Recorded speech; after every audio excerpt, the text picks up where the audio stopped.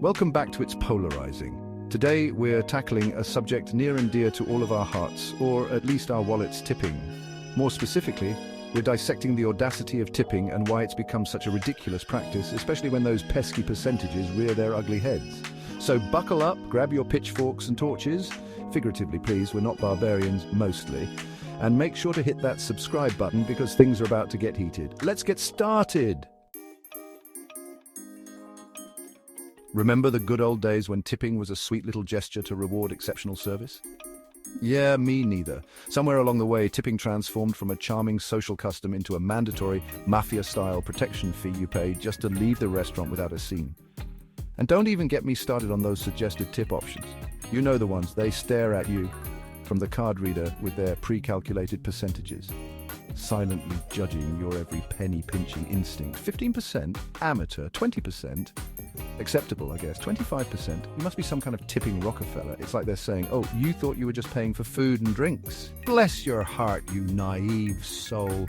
Seriously, the pressure is real. You're already forking over a small fortune for a meal that wouldn't fill a thimble in a Michelin-starred restaurant, and now you're expected to tack on an extra 20% just because Brenda brought you a lukewarm Diet Coke and a side of ranch dressing you specifically requested be kept separate. So you sigh, begrudgingly add a tip that makes your soul weep, and vow to stick to instant ramen for the foreseeable future.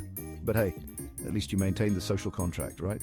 You wouldn't want to be that person who stiffed the server, even if the service was about as enthusiastic as a sloth on a treadmill. The worst part, this tipping madness has seeped into every aspect of our lives. Coffee shops, bars, hair salons, even freaking food trucks expect a gratuity these days. It's like the tipping industrial complex has us all in a chokehold, squeezing every last penny out of our wallets with a polite, "Would you like to add a tip to that?"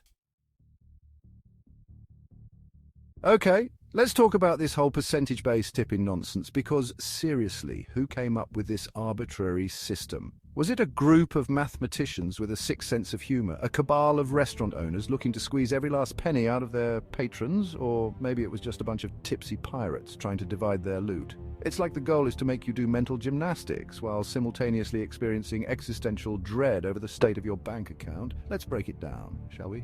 You're at a fancy schmancy restaurant celebrating a momentous occasion, like the fact that you managed to put on pants and leave the house today. The bill arrives, and it's a cool $50 per person.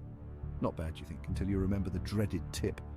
Suddenly, you're transported back to high school math class, frantically trying to calculate 20% of 50, while your brain screams, "Why didn't I pay more attention in algebra?" After what feels like an eternity, you arrive at the answer, $10, 10 whole dollars, just for someone to carry a plate of food from the kitchen to your table. Don't get me wrong, I'm all for fair compensation for hard work, but $10 for a few minutes of effort, that's more than some people make in an hour. And the worst part is, it's not just the fancy places. Even your local greasy spoon expects a hefty tip these days. $2 for a cup of coffee, $5 for a bacon, egg and cheese. It's enough to make you want to swear off eating out altogether and survive solely on instant ramen and the occasional questionable gas station hot dog. But hey, at least you're contributing to the economy, right? Or are you just fueling a system that's inherently flawed and in dire need of a revamp? Now let's talk about tipping for toast. The inflation of expectations. Remember when tipping was reserved for truly exceptional service, when your waiter went above and beyond, anticipating your every need with the grace of a seasoned butler and the charm of a Hollywood heartthrob? Yeah, those days are long gone, my friends. We've entered the era of tipping for the bare minimum. You breathed in the general direction of a waiter. Tip. They managed to locate your table without tripping over a stray breadstick. Tip. They refilled your water glass even though it was only half empty. Tip, tip, tip. It's like the baseline expectation for service has plummeted faster than a lead balloon filled with lukewarm soup. And don't even get me started on the whole tipping on takeout debate. You mean to tell me I have to tip someone for the privilege of picking up my own food? What's next? A gratuity jar at the grocery store for the cashier who bravely scans my own produce? This inflation of expectations is getting out of hand. It's like we've collectively forgotten what constitutes actual good service. Remember those magical moments when a waiter swooped in just as you realized you needed more napkins, or when they remembered your complicated coffee order without batting an eyelid? Those were the tipping heroes we needed, not the ones who simply managed to bring you the correct order without spilling it on your lap. Look, I get it, working in the service industry is tough. You're on your feet all day, dealing with hangry customers and their increasingly bizarre demands. But when did we start rewarding mediocrity with a 20% surcharge? It's time to reevaluate perpetuate our tipping standards, people. Let's save our hard-earned cash for those who truly go above and beyond, not just for those who manage to fulfill the bare minimum requirements of their job description, because let's be honest, if we keep tipping for just showing up, we're only encouraging a culture of complacency.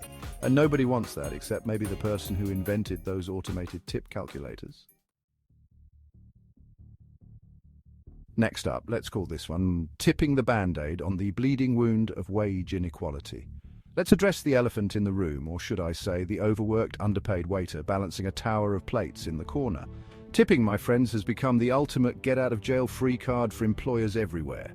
It's the convenient excuse they use to justify paying their employees wages that would make a Dickensian factory owner blush. "Oh, don't worry," they say with a wink and a nudge, "they'll make it up in tips." Except, here's the thing. They often don't.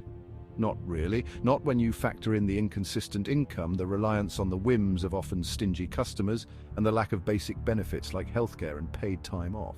The tipping system essentially shifts the burden of paying a living wage from the employer to the consumer. It's like we're all complicit in a giant, unspoken agreement to subsidize the restaurant industry's labor costs. And don't even get me started on the whole tipped minimum wage debacle.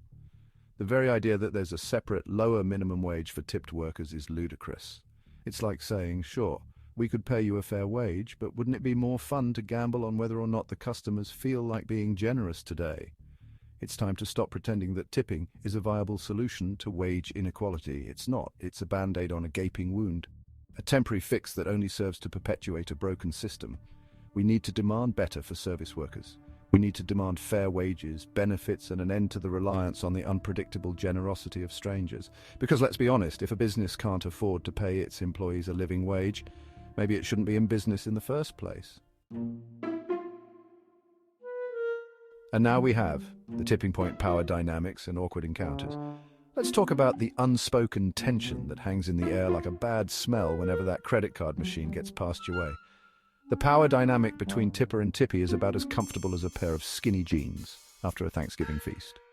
On one hand, you have the customer, clutching their wallet like a lifeline, trying to decipher the social cues of tipping etiquette. Do I tip on the pre-tax amount or the post-tax amount? Is it weird to tip with loose change? What if I accidentally make eye contact with the cashier while they're entering the tip amount? Will they judge my generosity or lack thereof? On the other hand, you have the worker standing there with a plastered-on smile, silently willing you to just pick a damn percentage and be done with it. They've seen it all, the over-tippers, the under-tippers, and the "I'm so sorry I only have cash and I can't do math" tippers. It's an awkward dance, this whole tipping ritual. And it often leaves both parties feeling a little bit icky. The customer feels pressured to tip. Even if the service was subpar, for fear of being labelled a cheapskate, the worker feels obligated to be overly enthusiastic and accommodating, even if they'd rather be anywhere else in the hopes of securing a decent tip. This power imbalance can lead to all sorts of uncomfortable situations. There's the customer who uses tipping as a way to exert control, threatening to withhold gratuity if their every whim isn't catered to. There's the worker who feels resentful and undervalued, knowing that their livelihood depends on the whims of strangers. It's a recipe for disaster, this whole tipping thing. And it's time we acknowledge the elephant in the room, or should I say the awkward tension hanging in the air like a bad smell. The tip of the iceberg, as we would say, so there you have it.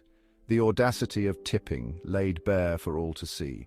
We've explored its evolution from a voluntary gesture to an obligatory surcharge, dissected the absurdity of percentage-based tipping, and exposed the uncomfortable power dynamics it creates. But this is just the tip of the iceberg, my friends. There's so much more to unpack when it comes to this deeply ingrained social custom. Thanks for watching. If you enjoyed this deep dive into the ridiculous world of tipping, don't forget to like, comment, and subscribe to It's Polarizing for more thought-provoking content. And remember, the next time you're faced with that dreaded tip line, take a moment to question the system. Is it time to tip the scales in favor of a fairer, more equitable way of compensating service workers? The answer, my friends, is probably yes.